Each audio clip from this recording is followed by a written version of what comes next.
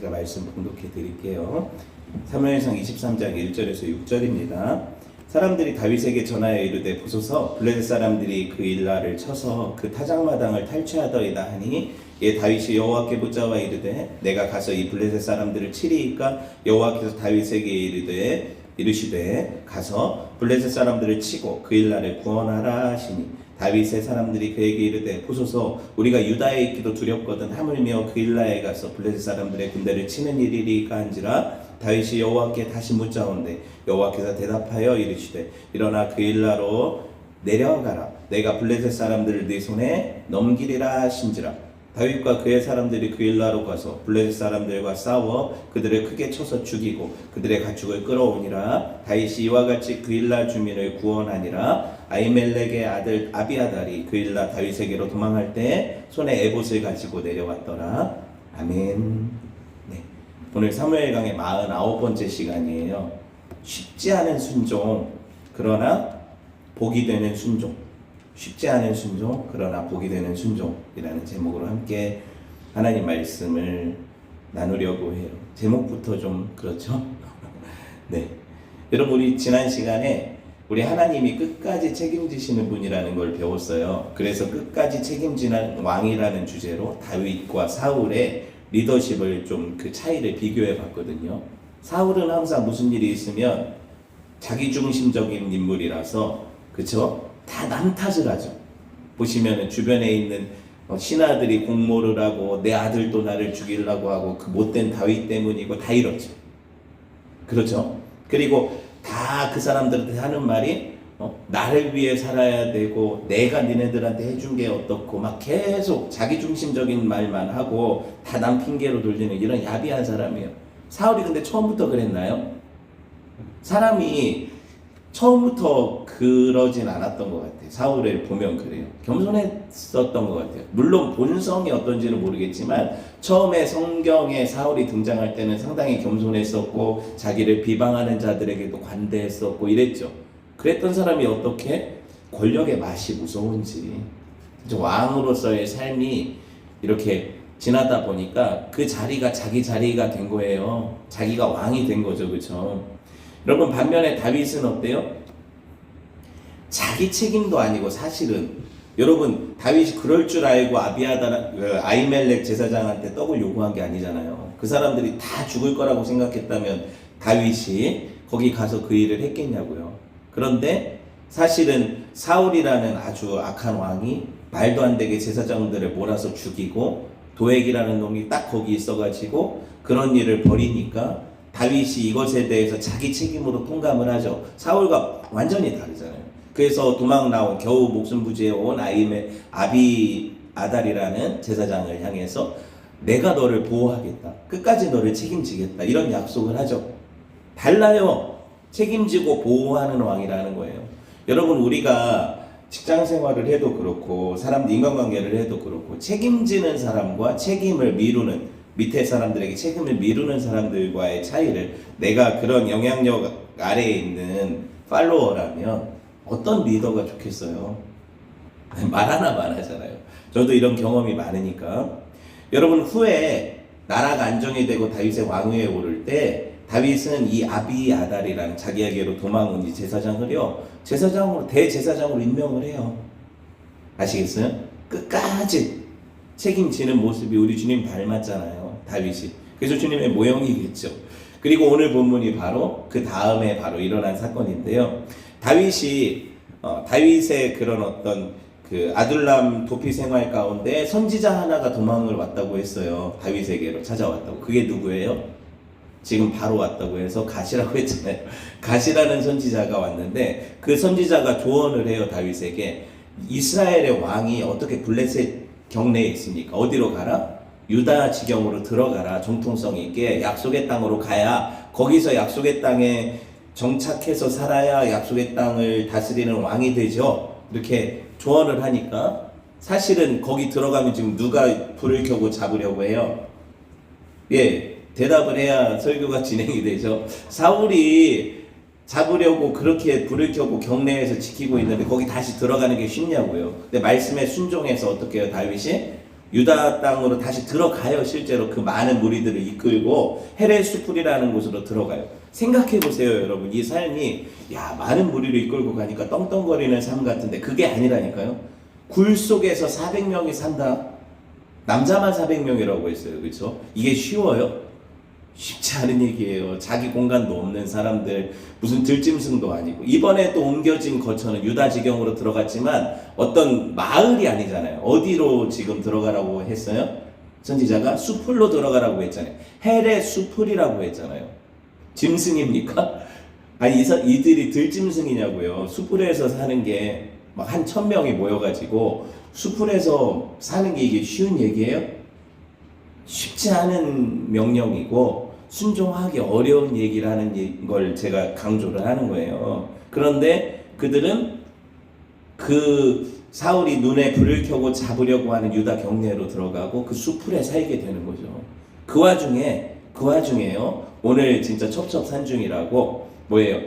어떤 사람이 와가지고 이 헤레수풀 근교에 있는 마을이 그일라라는 마을이 있었단 말이에요. 근데 그일라에 관한 소식을 들려주죠.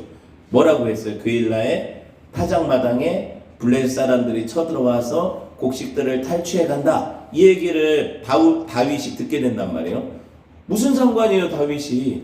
지금 자기들 먹을 것도 없고 자기들은 지금 쫓겨다니면서 언제 잡혀 죽을지 모르는 신세고 그 수백 명을 먹일 그런 뭐라고 해야 될까? 양식조차 다윗에게 없어서 하루하루가 삶이 고단한데 지금 만나가 내리는 시절도 아니잖아요. 그렇죠? 그런데 다윗이 그 이야기를 딱 듣는 순간 어때요? 네, 어때요? 이게 남의 일처럼 여기지지 않는다는 얘기죠. 지금 남의 일처럼 여기지지 않으니까 하나님 앞에 묻고 그러잖아요. 여러분 여기서 이 블레셋 사람들이 우리 원수가요 얼마나 비열하냐면요 1년 내내 수고해서 뭐 하고 있어요 지금?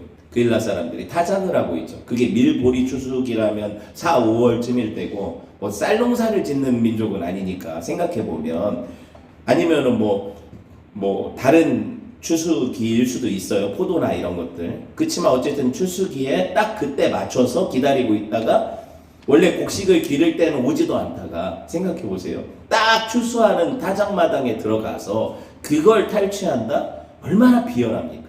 우리 원수가 이렇다니까요. 우리가 은혜 받을 때를 기다렸다가 그때 넘어뜨리려고 해요. 우리가 하늘의 풍성한 보화를 누릴 때 바로 그때 그걸 다 빼앗으려고 우리를 어떻게 해요? 격동하고 우리를 찾아오죠. 그게 원수가 하는 일이라는 거예요. 여러분 1년 내내 뼈 빠지게 고생하고 추수한 것들을 싹쓸이해 가는데 그게 얼마나 비열합니까? 얼마나 화가 날까요? 제가 어릴 적에 시골에서 자랐잖아요. 벼농사를 삼촌들이 지었거든요. 작은 할아버지, 큰 할아버지 아들들이 저한테는 당숙이고 삼촌들인데 어렸을 때 따라서 많이 가봤어요. 그러면 벼를 다 수확하고 나서 시골에서 여러분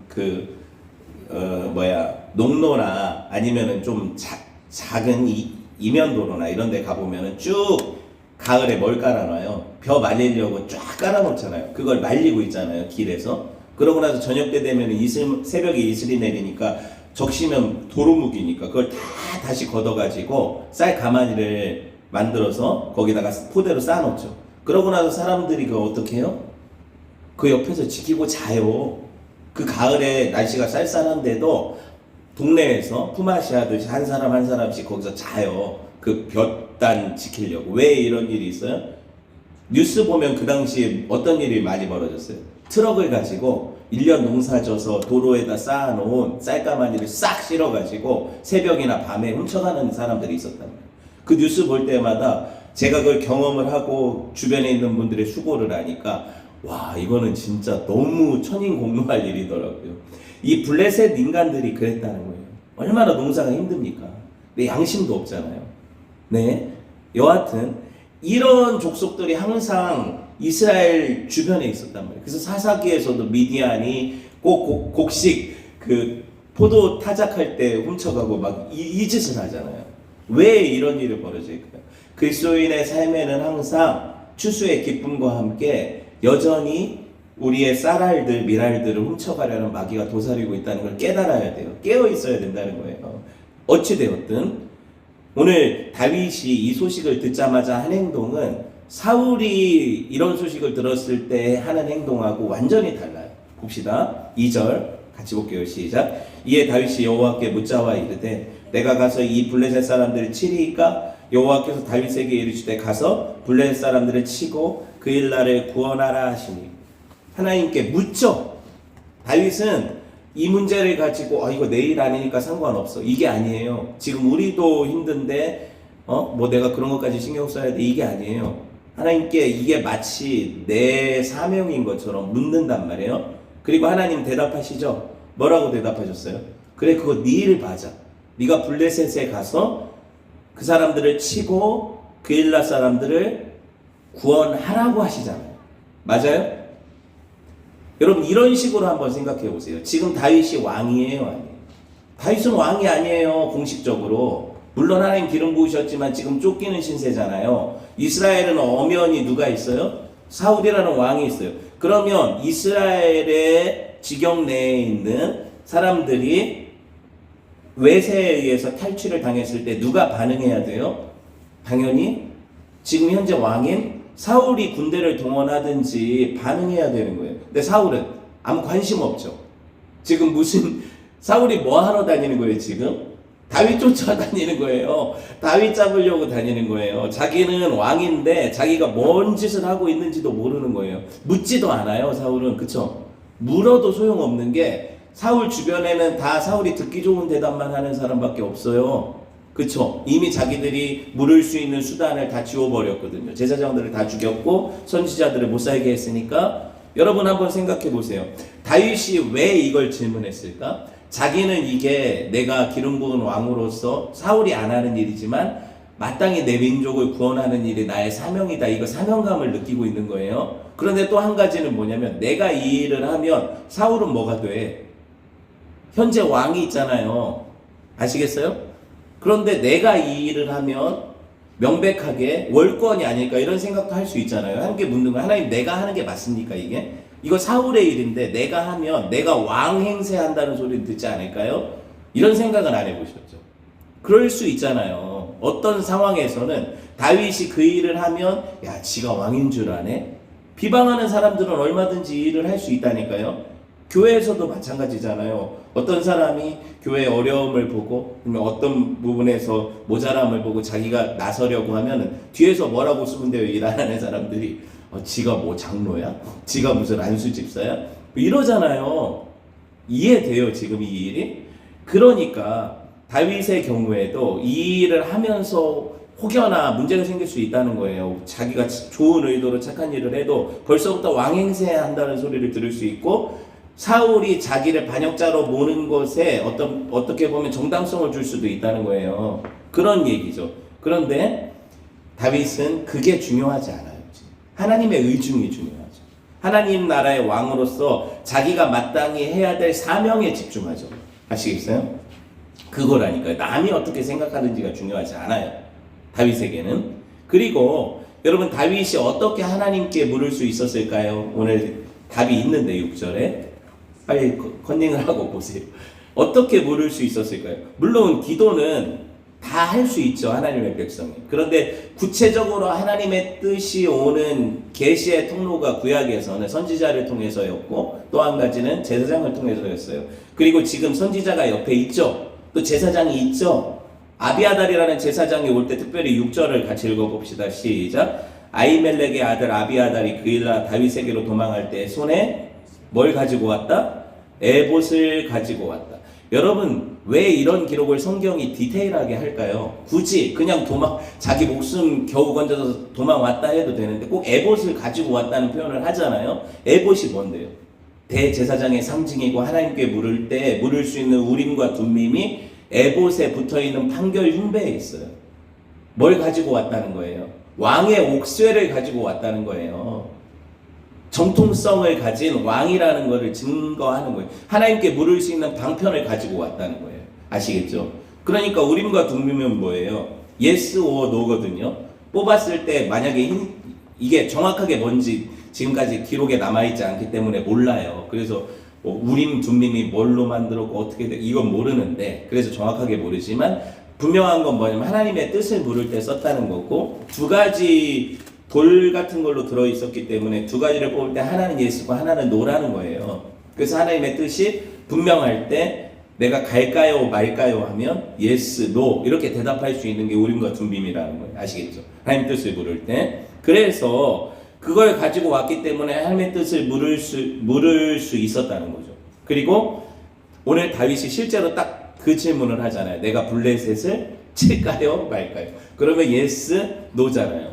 그 대답을 들을 수 있었다는 거죠. 그거예요. 그래서 일단 그일라가 다윗이 헤레스풀 유다 지경에 있었는데 거기서 4, 5km밖에 안 떨어져 있거든요. 4km, 5km면 성인이 걸어갈 수 있는데 1시간도 안 걸리는 거리예요. 맞죠? 군사적으로 얼마든지 가서 도울 수 있는 지경이라는 거죠. 그렇게 생각을 하시고, 여러분 일단 그일란 주민들이 이스라엘 사람들이냐, 여기 기록에는 그런 게 잘 나타나지 않잖아요.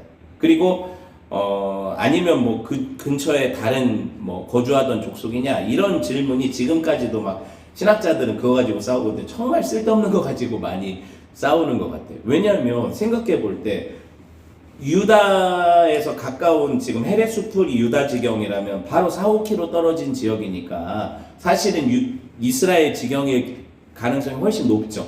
그리고 또 한 가지 생각해 보면 다윗이 굳이 만약에 다른 족속이라면 그들이 블레셋한테 침공을 당해서 뭘 뺏기든 말든 상관할 이유가 없죠.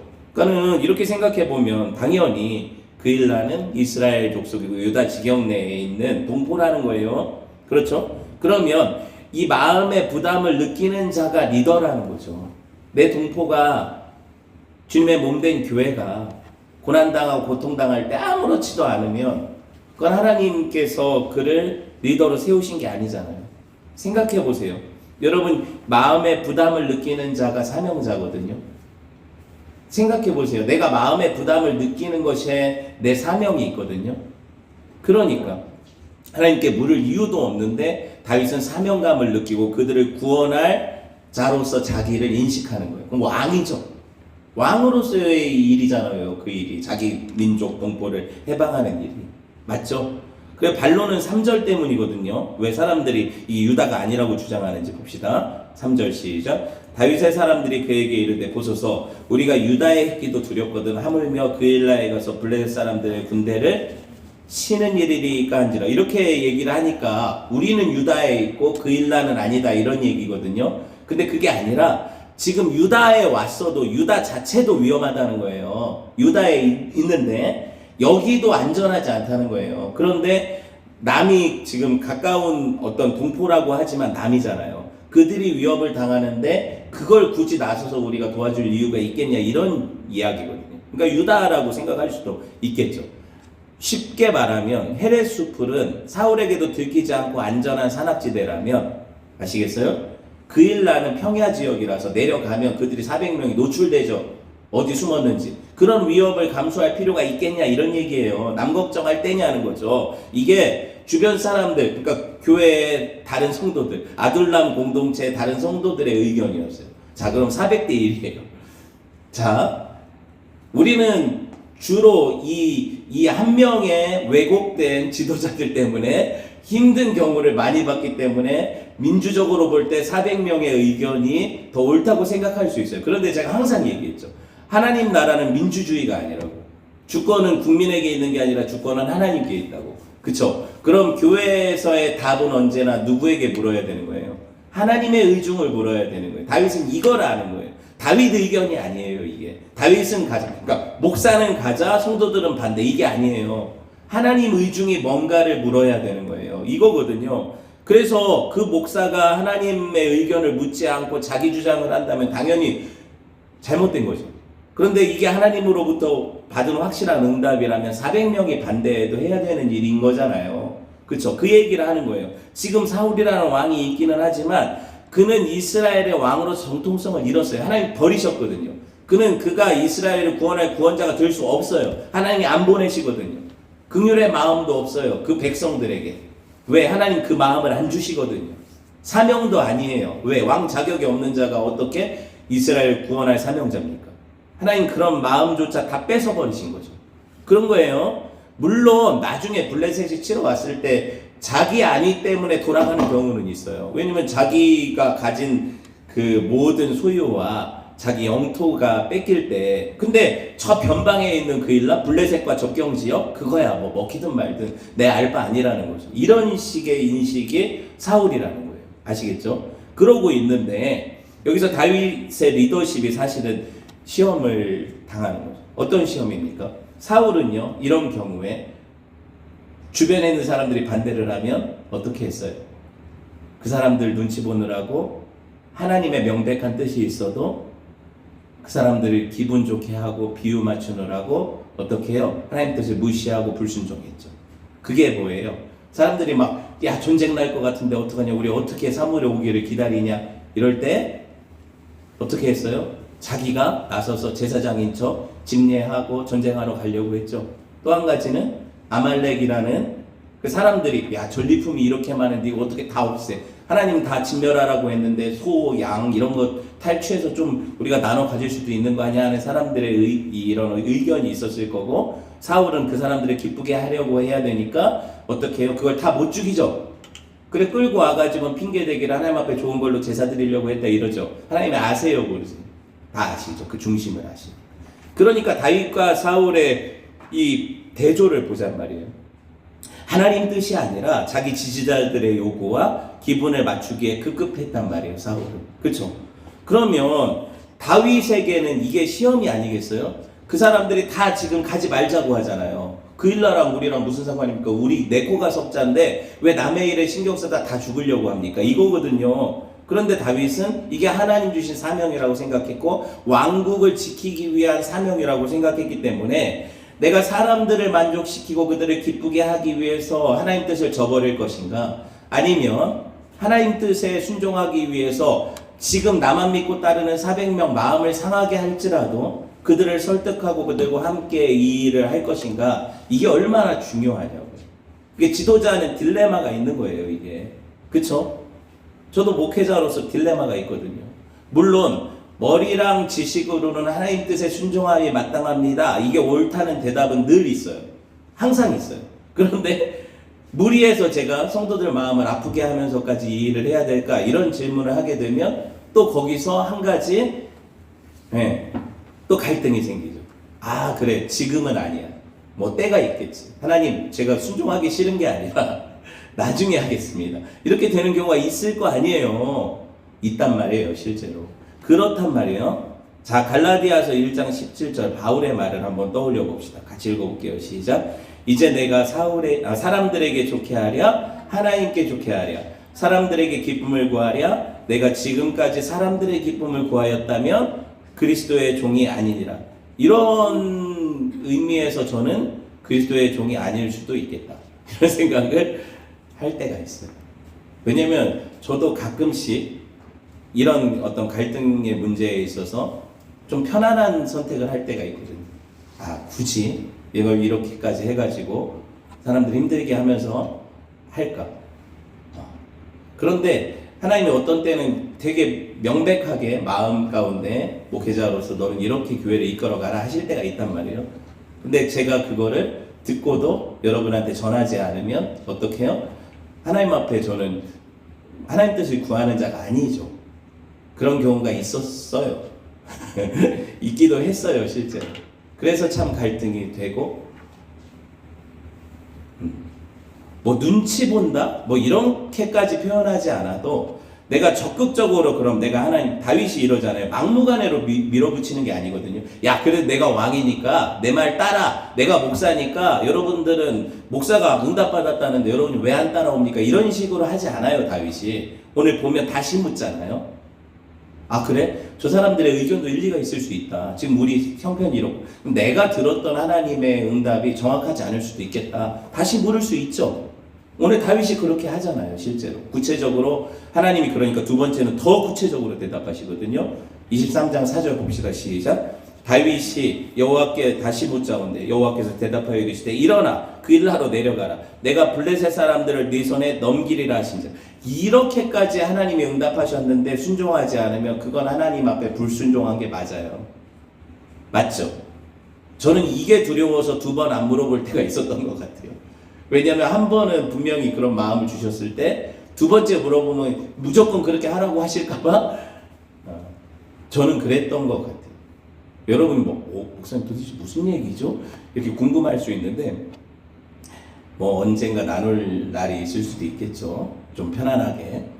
하지만 저는 사실은 그래요.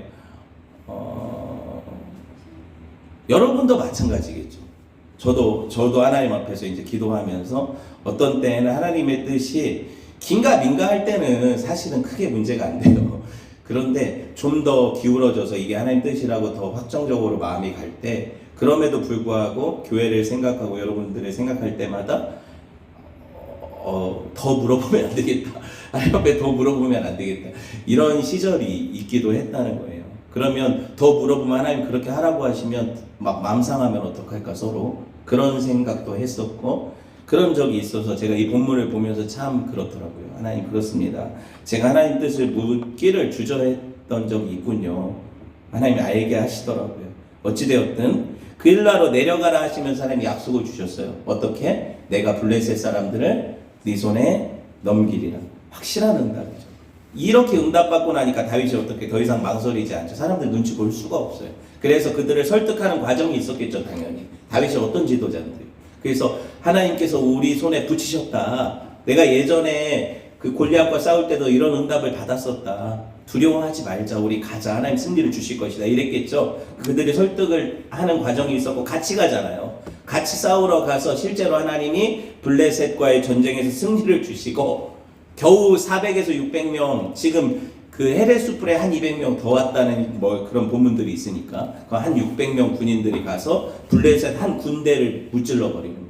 엄청난 승리를 주시고 그들의 전리품을 가져오게 하시죠. 그들의 가축을 가져왔다고 하죠. 자, 23장 5절 같이 봅시다. 시작. 다윗과 그의 사람들이 그 일나로 가서 블레셋 사람들과 싸워 그들을 크게 쳐서 죽이고 그들의 가축을 끌어오니라. 다윗이 이와 같이 그 일나 주민을 구원하니라. 여러분 일거양득의 하나님이 큰 은혜를 주셔요.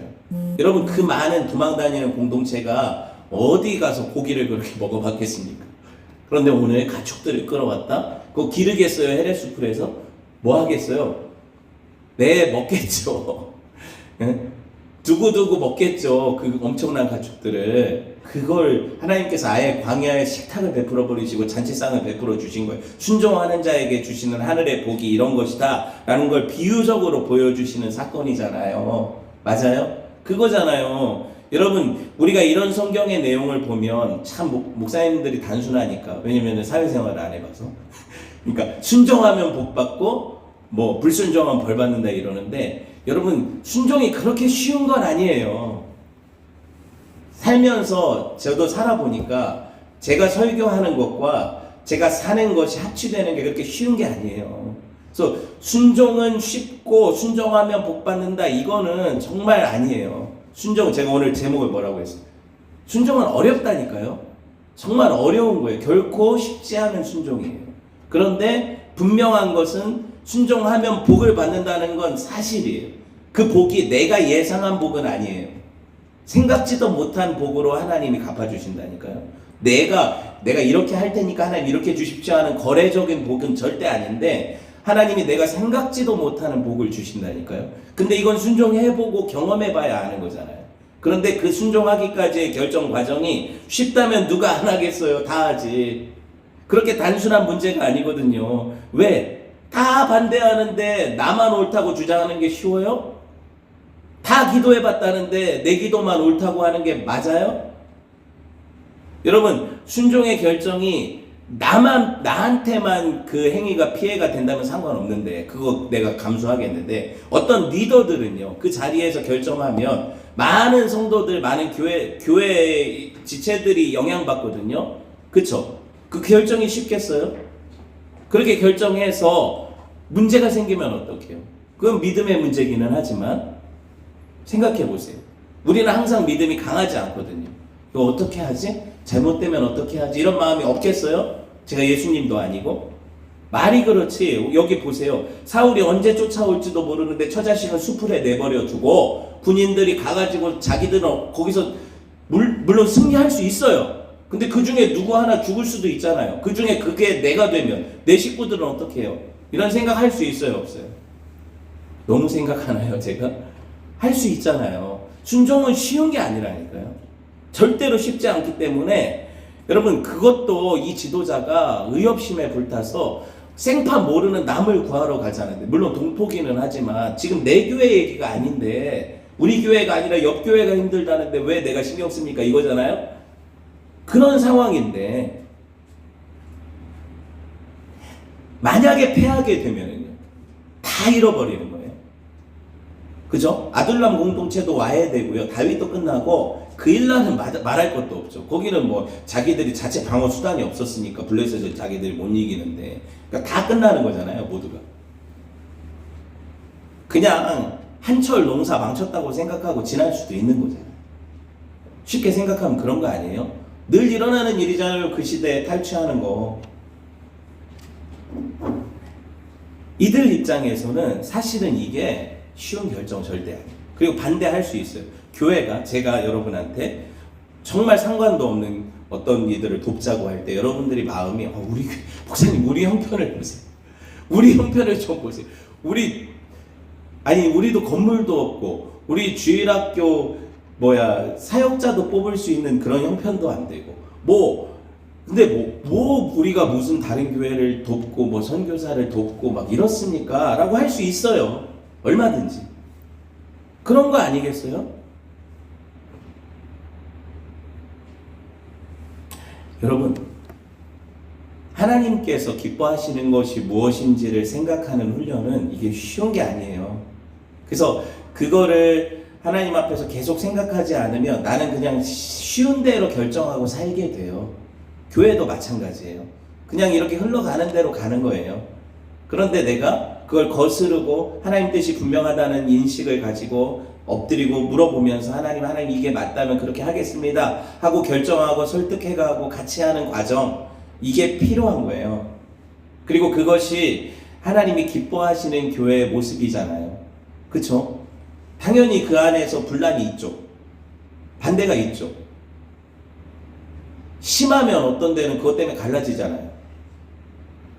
그런데 어떤 때에는 너무 그런 게 무서워서 하나님 뜻조차 안 물을 때 그게 살아있는 교회인가? 이런 생각도 하게 되는 거죠. 정말 그래요.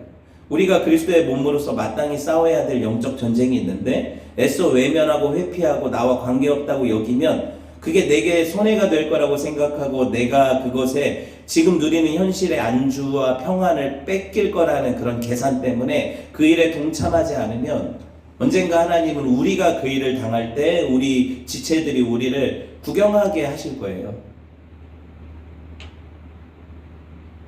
나도 내가 해야 할 일 맞지만 지금은 아닙니다. 그런 말은 얼마든지 할 수 있죠. 그럼 지금 내가 할 수 있는 게 뭘까도 하나님 앞에 생각해 봐야 되겠죠.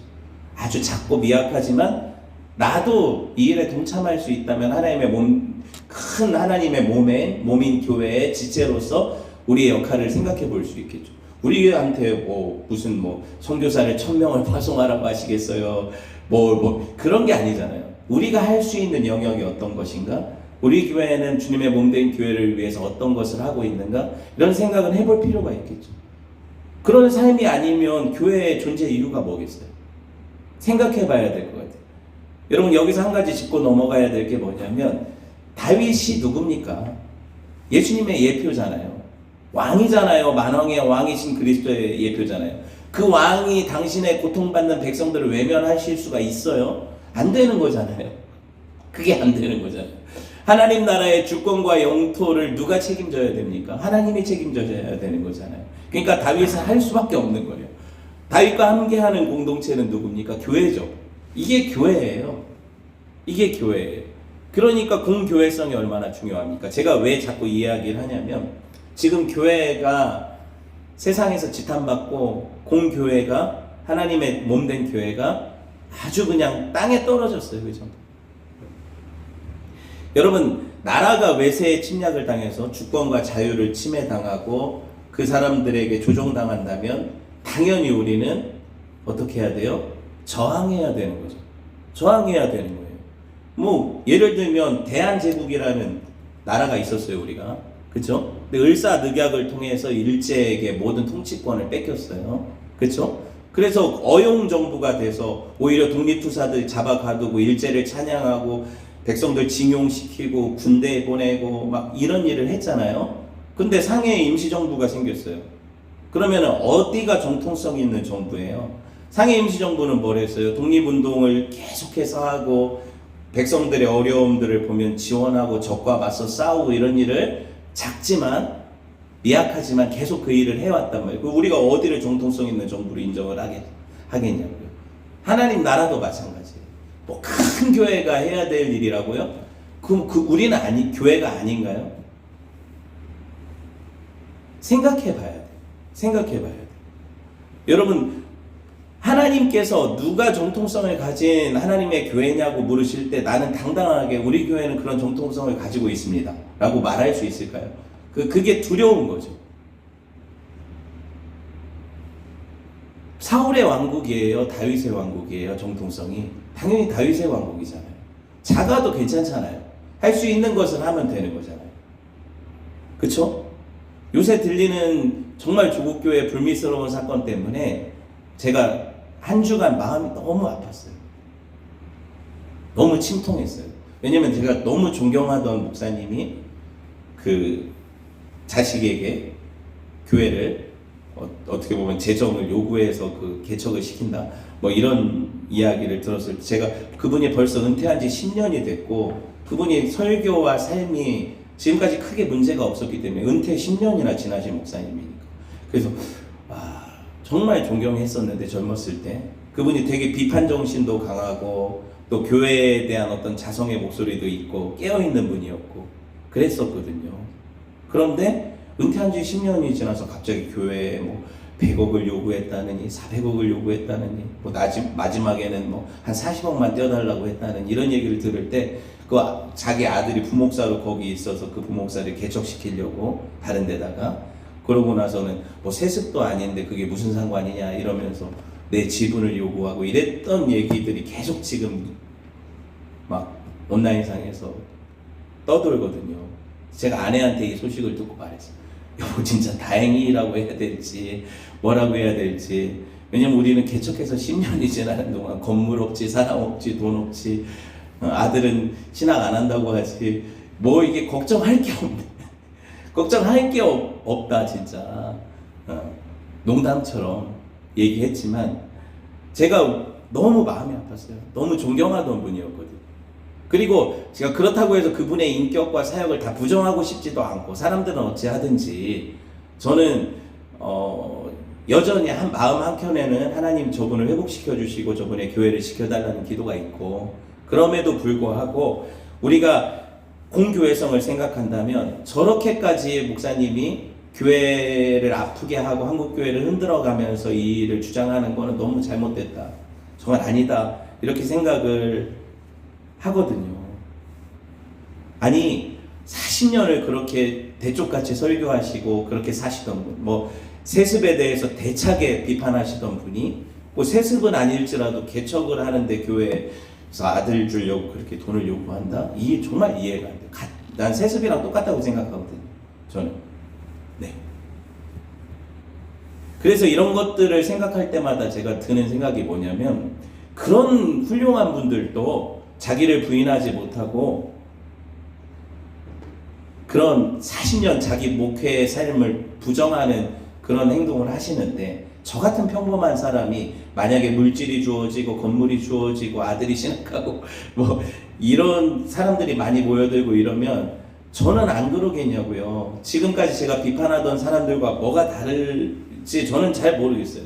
자신도 없고 그런 인격도 안 되고 그런 실력도 없는데 그게 마치 내 것인 양 주장하고 싶을 거 아니에요. 저도 노년을 생각하고 또 가정을 생각하고 그런 것에 집중하면 당연히 그런 요구를 할 수 있을 것 같아요.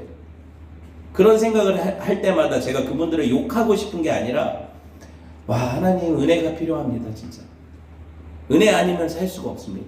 그 은혜가 만약에 제 마음을 못 지키는 거라면 하나님 교회가 크면 안 되겠어요. 정말 사람들이 모여들어서 재정이 넘치면 안 될 것 같아요.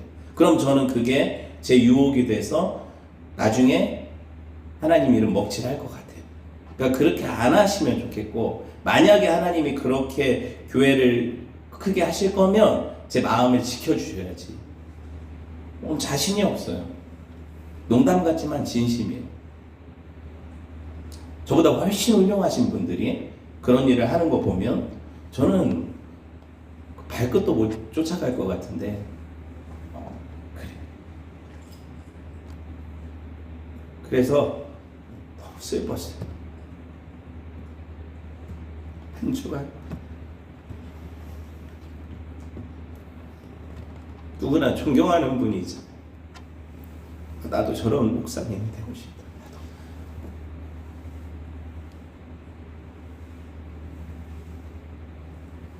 그런데 그런 분들이 하나씩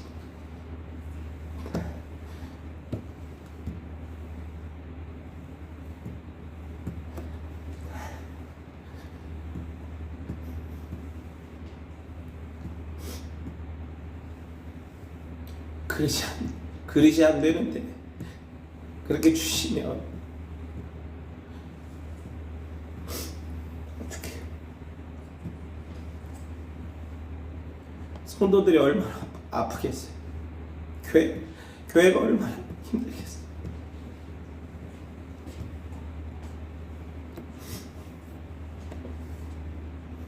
평생 일하고 사는 게 낫죠.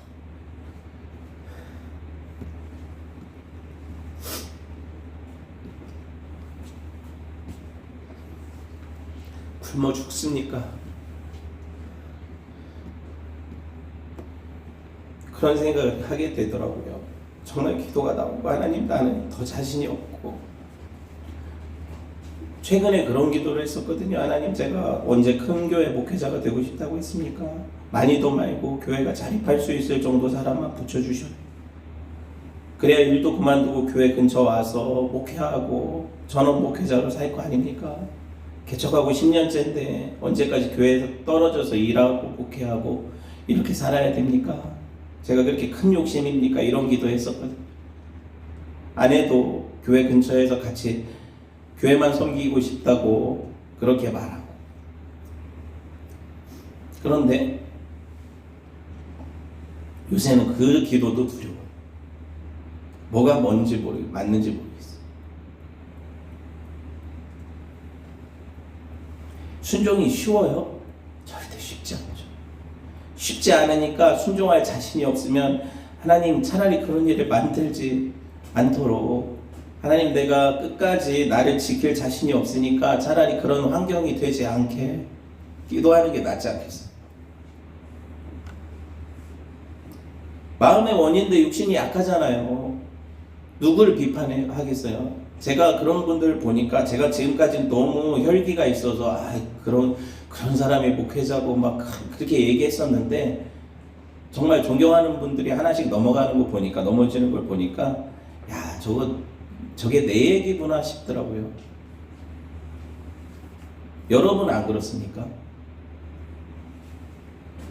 얼마나 은혜인지, 인기도 능력도 시간도 돈도 없으니까 이렇게 그냥 살 수 있잖아요.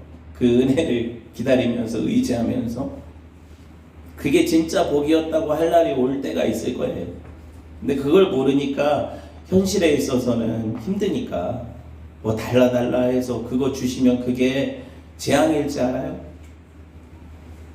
하나님 앞에 진짜 마음을 다 보이시고 기도했으면 좋겠어요. 하나님, 나는 이런 사람입니다. 이거밖에 안 돼요. 그래서 내가 원하는 게 이건데 그거 주시면 큰일 날 수도 있잖아요.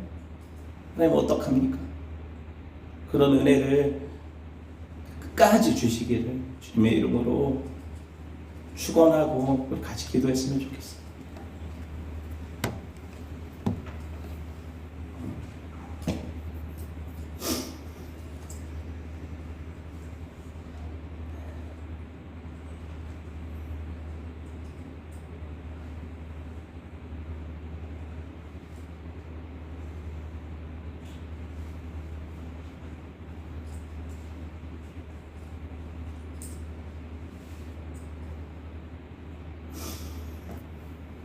기도합니다.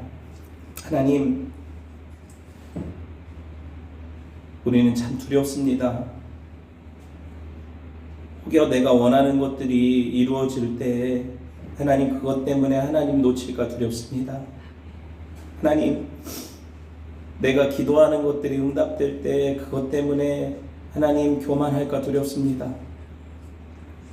하나님 교회가 성장하고 부흥해서 성도들이 늘어나고 재정이 늘어나고 사람들에게 인기와 명예를 얻게 될 때 하나님 잃어버릴까 두렵습니다. 하나님 그럼에도 그런 것들을 탐하고 그런 것들을 원하는 제 마음을 보게 됩니다. 주여 불쌍히 여겨주시고 하나님 은혜 주십시오. 끝까지 좁은 문 좁은 길 십자가 지고 갈 수 있도록 하나님 은혜 주십시오. 이제는 우리를 사랑하셔서 십자가 지신 주 예수 그리스도의 은혜, 하나님 아버지의 놀라우신 사랑하심, 성령의 감화 감동 교통 내주 충만하시의 역사가 순종이 참 어려운데 그 순종 끝에 오는 복을 기다리는 성도들 위해 교회 위해 이제로부터 영원토록 함께 계실지어다. 아멘.